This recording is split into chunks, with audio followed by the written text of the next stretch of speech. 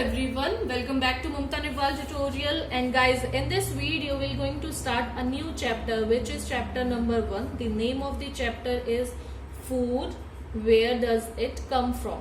Okay, food, where does it come from? This is the chapter first of class 6. We are focusing from 6th to 10th all the chapters. So this is the first chapter of class 6. To understand the source, what the meaning of this sentence is, where does it come from? That means where does that food come from? What is the source of food? So the whole chapter will be about the source of food. So first of all, we should understand what is food and why we need food to be consumed in our body. Why? So first of all, what is food? Why it is important? Food is as we all know that food is very much essential. Okay, food is very much essential for all living organism. We already know about it. Why it is essential?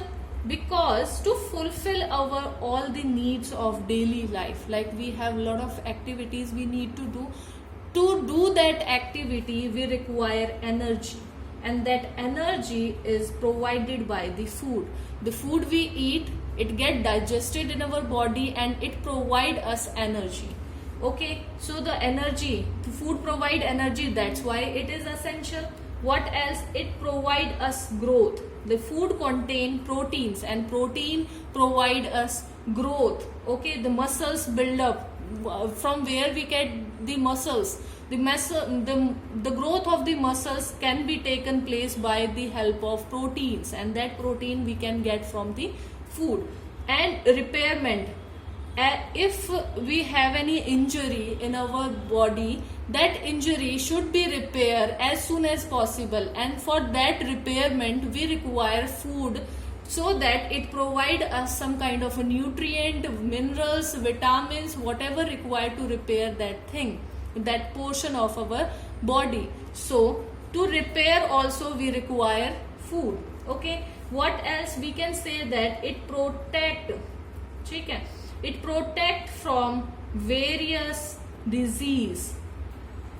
As we all know, in our environment, in our surrounding, we have a lot of pathogen present in our surrounding. Okay, and that pathogen can affect our body and make us very ill, and that can be cause of our death also. But to protect us from all those disease causing pathogens, we can consume a good amount of food which help our WBCs, that are the portion of our blood which help us in fighting against those pathogens, fighting against that antigens which is present in our body because of the infection. So to fight against the disease also we require a good amount of food. That's not like we require a good quantity of food. No, there should be a good quality of food. What we eat, we need to eat is the quality of food. Okay, what kind of a quality? What is required? If we talk about food, the food should be properly balanced diet. Whenever we take our diet, it should be balanced. What do you mean by balanced diet? What kind it consists of? What the component of balanced diet? So the food should contain carbohydrate. Okay, the carbohydrate provide our energy to our body. Okay, that's the carbohydrate are the source of energy. It provide us a good amount of energy. Protein. Why we require protein? To build up our muscles, to gain the muscles. We require protein. Okay, next, vitamin. What the vitamin do? Vitamin help us to fight or protect our body against various disease. So their vitamin should be very important. What is minerals? Minerals help in throughout all the activities of our body, like in fighting against the various disease also, in repairment also, in growth also. So minerals are also very important, but it do not require in a very high quantity. There should be a very little quantity, but there should be minerals in the balanced diet also. Okay, whatever diet we used to intake in daily life. Fat. Fat is also, as we all know, fat is not a very good food, like fatty food. We do not consume daily, we cannot consume it in daily lives. Why? Because it can cause us obesity. But a small amount of fat is very good for our body to be healthy. And fat, one more important thing, fat is very high, provide us very high energy as compared to carbohydrate. Carbohydrate also provide us energy, as well as fat also provide us energy. But if we compare both of them, fat provide us more energy as compared to carbohydrate. Okay, so all these things should be present in our diets, then we can say it is a balanced diet. Two more things also we should include it. One is the roughage. What is roughage? Roughage are the fibers which we can get from the leafy vegetables. So that do not provide us any vitamins, minerals, nothing. It do not provide us those things, but it help our digestive system to be clean. So our intestine will be clean properly if we are taking a good amount of roughage. So that's also a very important thing. And the last and most important thing is water. We should consume proper amount of water also. Water, what it do? First of all, it help in the digestion. Second, it also help in removal of some kind of a waste which is present in our body. What kind of a waste? Like some kind of a salt which is harmful for our body, we can eliminate it from our body through urination or through sweating. So water, to consume water is also very important in a balanced diet. So we should take a balanced diet which contain all these 7 portions. So that will provide a balanced diet, and that we can call it as a food which help us to protect ourselves, energy giving objects, to gain our muscles, or to do anything whatever our body required to do in their daily routines. Okay. One more thing is very important, like variety. There are a lot of variety in food. If we talk about sambar, okay, as we all have eaten sambar. If we make sambar, we require lot of ingredients like vegetables, lot of spices, water, oil, and other things also. So there are lot of ingredients required to make a sambar. Okay, but if we talk about only boiled rice, so what? If we talk about boiled rice, how many ingredient do a boiled rice need?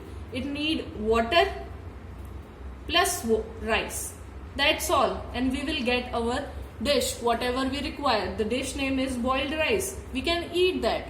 So the variety, from where the variety of food come from? They are coming because of the ingredient we are using it.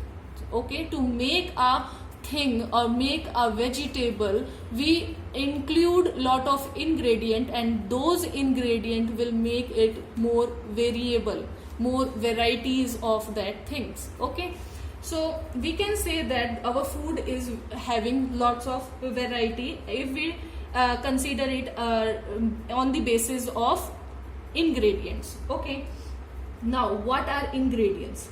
What does this word ingredients mean?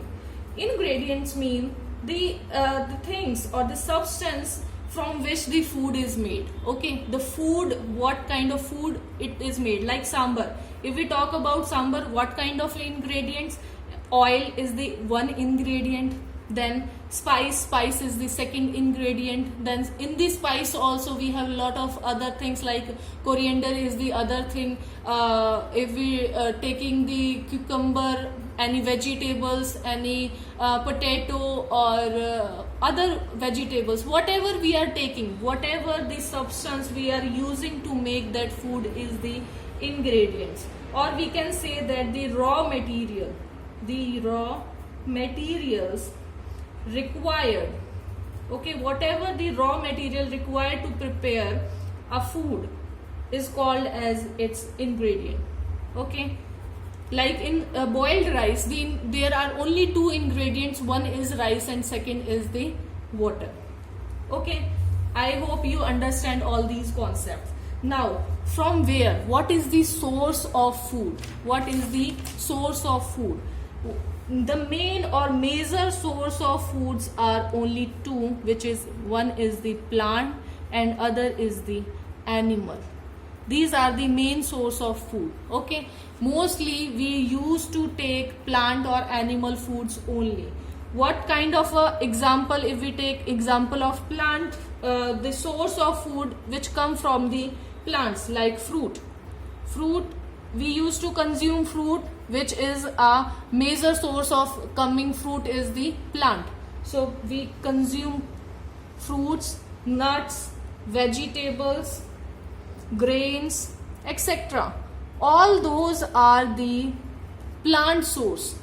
What we can consider it as a, if we talk about animal source, examples are for animal source are meat.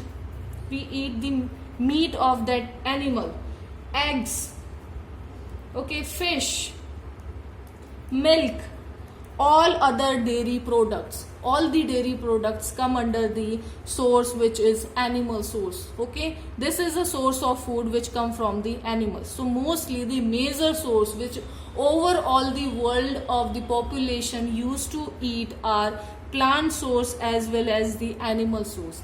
These are the common or usual source, but there are some unusual or unobvious source. Okay, the unusual sources. What kind of a source? Unusual source like seaweed, which we do not require or we do not eat or very often. Okay, we can eat sometime if we went to a place where they are serving seaweeds or anything which is related to the meat, which is seafood. Anything which we are eating is seafood. If we are going to a place where the sea is very close, so we can have seafoods also. But in a normal days we do not eat seafoods or insects. But in some countries they are very common to eat all those things also. So the major source are the plant and animal, but some are the unusual sources, which we can say that the seaweeds and the insects. Now, if we talk about if we talk about the plants, okay, which part of plant we used to eat and take it as a food? So plant have lot of parts. This is the leaves, stem portion, the flower portion, root portion. So which portion we used to eat and take it as a food? First of all, we can say that we used to eat lot of portions of most of the plants. It depend on the plant to plant which portion we are usually eating. Like in some plant we used to eat the seeds only. Okay, what the plant like rice are the seeds which we used to eat. Wheat is the seed which we used to eat. We do not eat the whole wheat plant, we only eat the seed of the wheat plant. Next is the leaf. If we talk about leaf, which like spinach, in the spinach we only eat the leaf of the plant. Okay, in methi, okay, in mint, all those things we only eat the leaf of the plant, not the whole plant. Now if we talk about fruit portions, like all the fruits which are present, like if we talk about fruits like apple, these are the fruit of the plant which we used to eat. Apple, orange, brinjal is also a fruit of that plant. We are consider it as a vegetable, but vegetable is not a part of a plant. That whatever the vegetable we are taking, that is the fruit of that plant. So we can consider it as a part of a plant, which is fruit from where we are taking our food. Now root, we eat some kind of root also, like carrot, radish, beetroot. all those we eat the root of the plant. So at that depend on the plant to plant that which part we used to eat and take it as a source of our food. Okay, sometimes stem, we used to eat stem like onion. In onion, the portion which we used to eat is the stem of that plant. Okay, if we talk about flower, what kind of a flower we used to eat? Like cauliflower, broccoli, all those are the flower of that plant which we used to eat. Okay, so I hope you can understand all these concepts. Like it depend on the plant to plant that which plant we are eating and taking as a source of our food. But some kind, the animals also a source of food. This is the major portion. The plant is the major portion. We already talked about it. Now animals. What portions of animals we used to eat? There are three kind of main important the animals are. We can consider it as a category.